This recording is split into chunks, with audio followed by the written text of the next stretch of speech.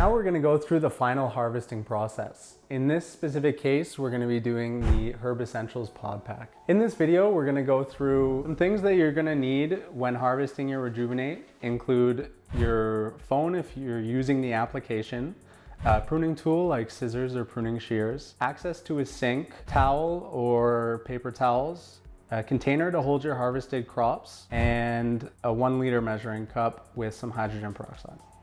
So how do you know when to harvest? The pod packs themselves, the website, as well as the application can all tell you how long an entire harvest cycle will last. On your device's home screen, there's a status button. If you click on that button, it will take you to the progress section. In the progress section, you can see information including what pack that you're growing, as well as how long it's been since you started your growth cycle. In the 2 corners, we'll show you the harvesting windows of your current pod pack. The bottom left window tells you when the harvesting window opens for your pod pack. This one is specifically for pod packs that can be continuously pruned once they reach maturity. On the bottom right window, it will show you when your entire growth cycle will be completed and when you should harvest all of your plants out of the device. So if you've triggered the harvesting process in the application, the lights will have already dimmed, but if you're using the manual mode, a quick button press will dim the lights while you harvest. We're gonna start off by draining the Rejuvenate. So located here near the base of the Rejuvenate is a small panel that you can press, and that's gonna open up the drainage flap. Inside this drainage flap is the drainage tube, and on the end of that tube is a valve in which you can quarter turn it to open or close the flow from the bottom tank. You can drain your Rejuvenate directly into a sink, or if your Rejuvenate is not located near a sink, what you can do is just get a big bucket and you can drain your Rejuvenate directly into that by opening up the flap and letting it flow. If you open your drainage flap and the water's not flowing, there's only one of 2 things that could cause that. Number 1 is that you actually have the drainage valve above the height of the bottom tank, and water is only gonna freely flow from a higher level to a lower level because of gravity. What you're gonna wanna do is lower the valve below the Rejuvenate, and you should notice that it starts to flow. If you notice that you've opened the drainage valve below and the water is not flowing, there's a potential for roots or some other debris to be blocking the drainage tube path. If you notice debris or roots are blocking the drainage pathway, remove the reservoir lid cover and you can pull those roots out. Once that blockage is removed, you should notice that it starts to flow. It's important to note that the top tank is going to automatically drain into the bottom tank. So you should come back and check to make sure that the top tank has drained completely as well. While your Rejuvenate is draining, you can actually start harvesting your plants.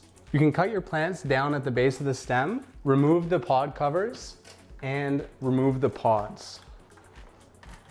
Now the roots are gonna be all tangled on the inside, but what you can do is take the excess roots and cut them onto a paper towel or some other thing that can then be put into the compost. What you're gonna wanna do next is remove the rock wool from the recyclable pod.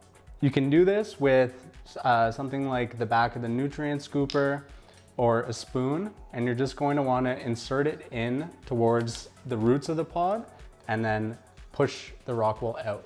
The pods can be put in the recycling or they can be cleaned and reused for other purposes.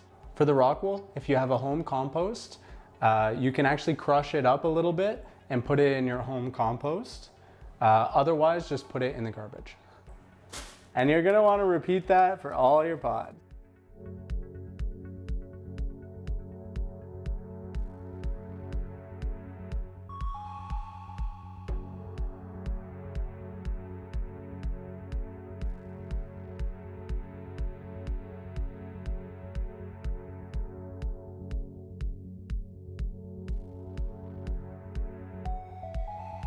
Now we've harvested and removed the pods completely. We've got our fresh cuttings over here, ready to be rinsed and used. We've got our lid covers. These are reusable.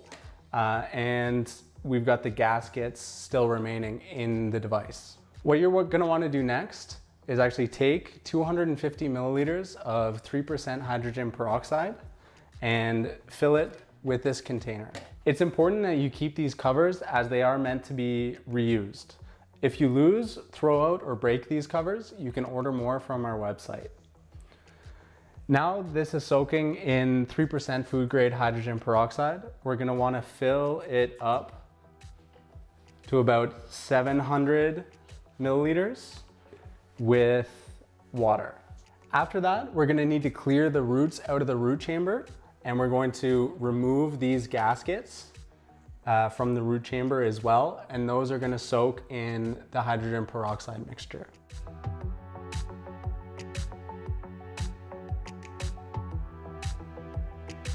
Now we've got the pod lids and the gaskets sitting in this peroxide mixture.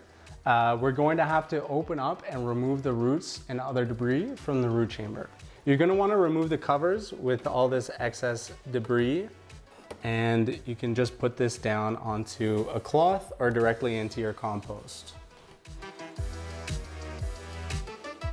Now we need to open up the root chamber in the internal compartment to remove the roots and other debris in the root chamber. To do this, there's a little rotating nut at the top, and you're gonna wanna rotate that to the left. Next, what you're gonna wanna do is there are 4 of these spots on the root chamber. So there's one on this half, and then the other 2 on this half. And you're gonna wanna push those down and pull the root chamber apart. Then the root chamber will open up, and as you can see, there's a ton of roots that are growing inside. All of these roots have to be removed from the root chamber, and you can see they'll even grow into the internal components as well. So the internal components will have to be cleaned and rinsed off as well. This right here is the central fogging tube, and in order to remove this, you grab it firmly and twist it to the left or clockwise to release it, at which point it will drop down. Then you can tilt this fogger tube underneath. You can tilt it to the side, and you can see as you pull it up and out of the device, there's a ton of roots that have to be removed. So you can take this out, and you can just put these roots onto a cloth or directly into your compost. And the same thing with these roots as well. So now we've cleared all the roots and the big debris out from the root chamber. We're gonna wanna take this as well as the lid covers and the root chamber itself, and we're just going to want to give it a quick rinse, maybe a light scrub, just to get the worst of the stuck-on debris off. So now we've removed the root chamber and other debris, and we've taken out the internal components, and we just gave them a quick rinse and scrub to get the worst of the debris off. They're ready to go back into the device now. So the first thing you're gonna wanna do is take your central tube with the umbrella root chamber cap and then place it into the fogger housing tube. Then you're gonna take both of them, and on an angle, you're going to then place it back into the position that it was originally in. And you're basically just doing this entire process in reverse. Now you're gonna take this cap piece and you're going to lift it up, and you're gonna rotate it slowly until it slides all the way to the top. Once it's at the top, it's not locked in place yet. You're going to wanna turn it to the right or clockwise about a quarter turn until you hear it click into place. Now it's locked. Now you're gonna take your 2 root chamber halves and you're going to place them back in. So I like to line it up so that the edge meets where the screws are in the bottom. And you're gonna need to make sure that the bottom is firmly pressed down into the gasket. Once the bottom is placed firmly into the gasket and you have the clips on the side lined up, making sure that they're on the inside of the root chamber, now you can push the 2 halves back together and they should click click and lock in place. Once they've clicked and locked in place, now you can twist the top locking nut to lock the root chamber again. These clips here should have locked back in place, and that's how you know that the root chamber is locked again. All right, so now that the root chamber is back together and you've got your pod lid covers and your gaskets sitting in the peroxide solution, and you've got your wipe down bottom tank covers, you're ready to move on to the cleaning process.